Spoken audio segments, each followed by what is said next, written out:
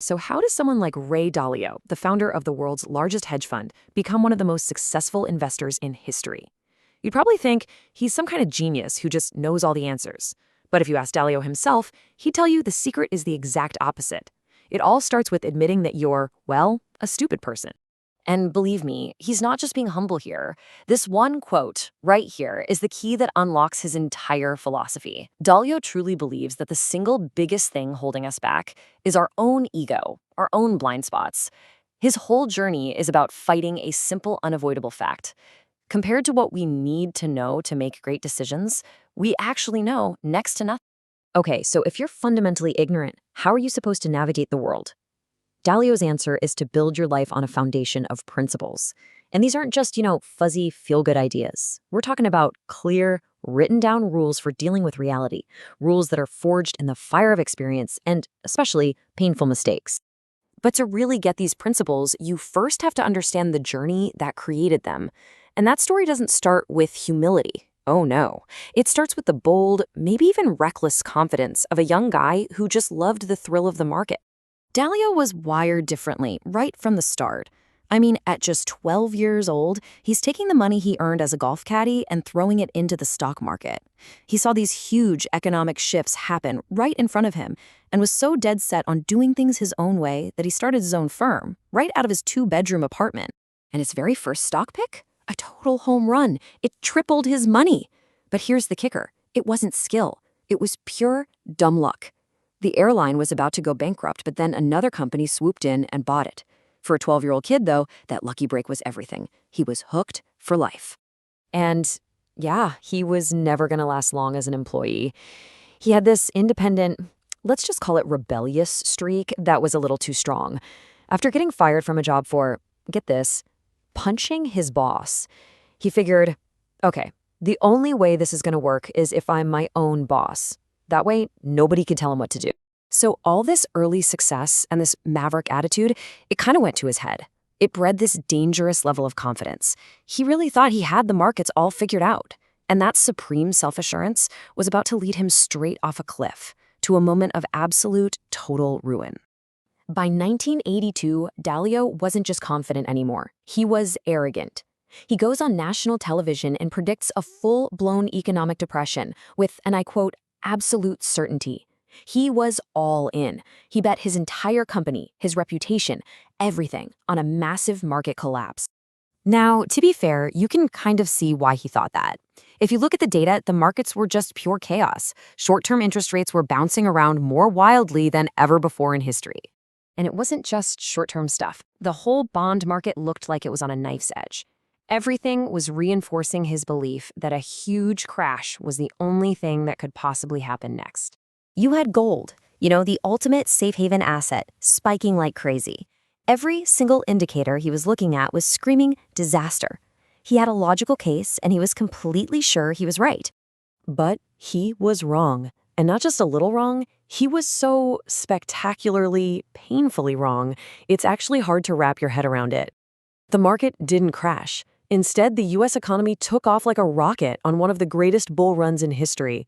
He had bet everything on a hurricane that just never showed up. The aftermath was just brutal. He lost so much money, not just his but his clients too, that he was completely broke. I mean, so broke that he had to go borrow $4,000 from his dad just to pay his family's bills. Can you just imagine the humiliation? This wasn't just about the money, it was a complete psychological gut punch. He had to fire his entire team, people he called his friends. Bridgewater, the company he built so he could be his own boss, was down to a single employee, him. He had failed publicly, arrogantly, and was now all alone. This was rock bottom. But here's the twist. Here's the most important part of the whole story. This devastating failure, this moment of complete ruin, it turned out to be the single most important and valuable experience of his entire life. It was the pain that finally forced him to change.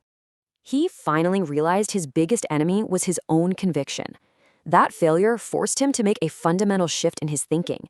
He went from the arrogance of declaring, "I know I'm right," to the deep humility of asking, "Wait a minute, how do I know I'm right?" And that one simple question led him to develop a system, a feedback loop he created to make sure he would never, ever make that same kind of mistake again.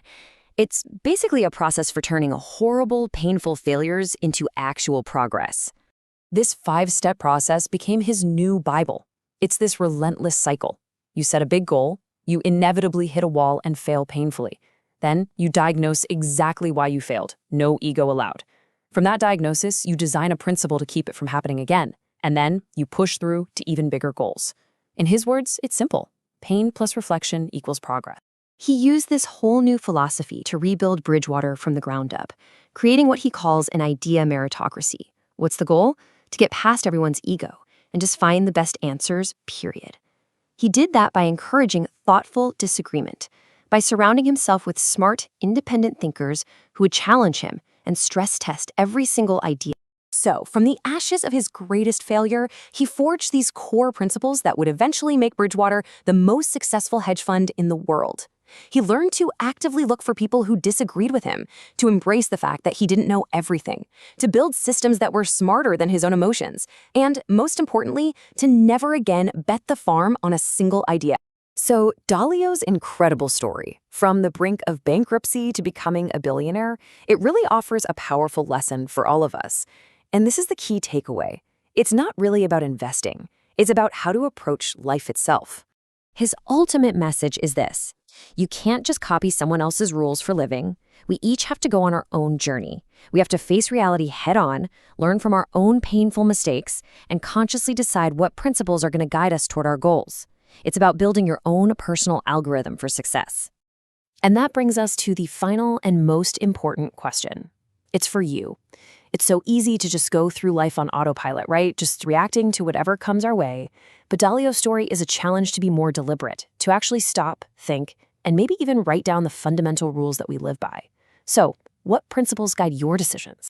Dalio did exactly that. He spent years writing down all the principles he learned from his successes and, way more importantly, from that one crushing failure. His book Principles is basically a detailed blueprint of how he thinks. It's like an open source guide he's offering so that the rest of us can learn from his journey and hopefully avoid having to lose it all to figure it out. It's just a powerful reminder that sometimes your greatest weakness can become the source of your greatest strength.